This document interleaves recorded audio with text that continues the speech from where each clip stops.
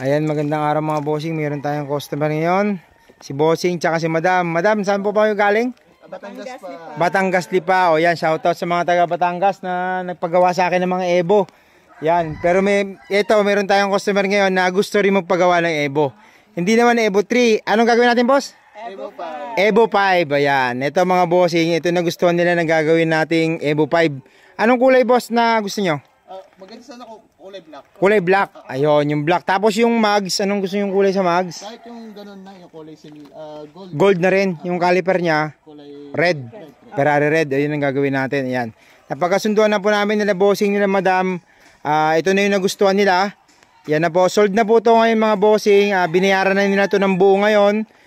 Sold na to. So bayad na to. Makikita nyo pa rin to dito. Kasi i-repaint natin to. Tapos gagawin natin Evo 5.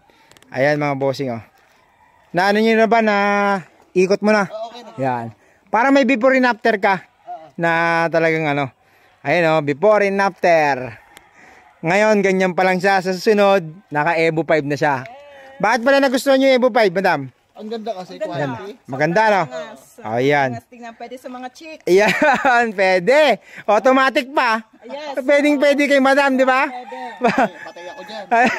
Naka-automatic pa. Yan ang nagustuhan nila. Ayan. Okay na tayo, boss? Okay na, madam. Okay. Madam, thank you. O, salamat sa tiwala niyo. Okay po.